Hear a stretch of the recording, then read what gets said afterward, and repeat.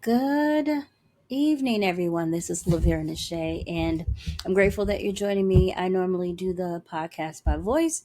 This is my face. This is me. And that's the chair behind me, by the way.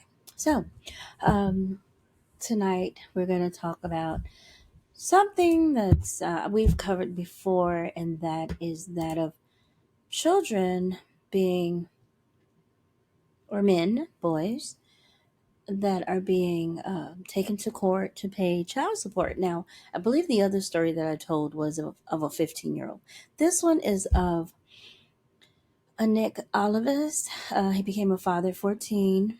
The fact that he had not learned until he was 8 years older while in high school. This could be the same story, I'm not sure.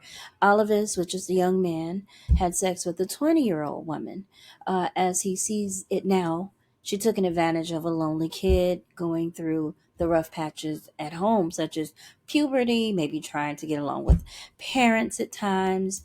A lot goes on in childhood, okay? Adolescence. So the state law says that a child younger than 15 cannot consent. I think that should be changed to 35.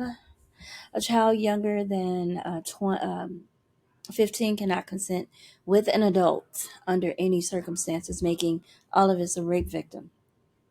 Olivas did not press charges and says he didn't realize at the time that it was even something to consider. The two went their separate ways. Olive is now 24, living in Phoenix. Graduated from high school, went to college, and became a medical assistant. Then 2 years ago, uh, 26 years old, the state served him with papers demanding child support. That's how he found out he had had a 6-year-old daughter, a then 6-year-old.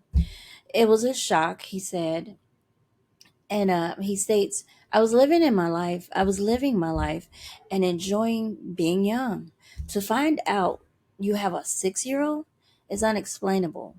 It freaked me out. He said he panicked, ignored the legal documents, and never got the required paternity test. The state eventually tracked him down.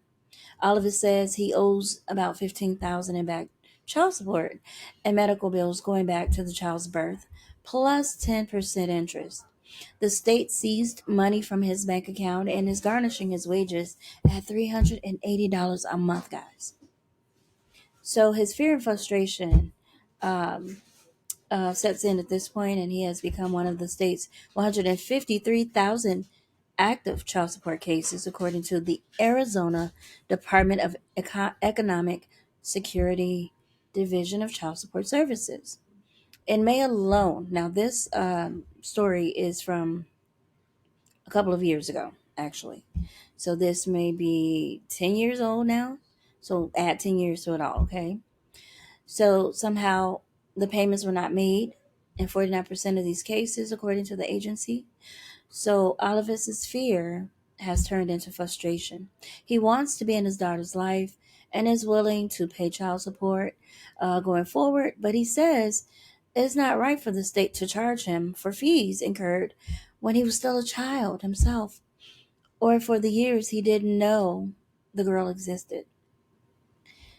Oh boy, there's a lot to this story. I'm not going to go further, but tell me what you think about it, okay? So until next time, thank you for listening. And this is Lavera Nishay. Thank you for this true crime file time.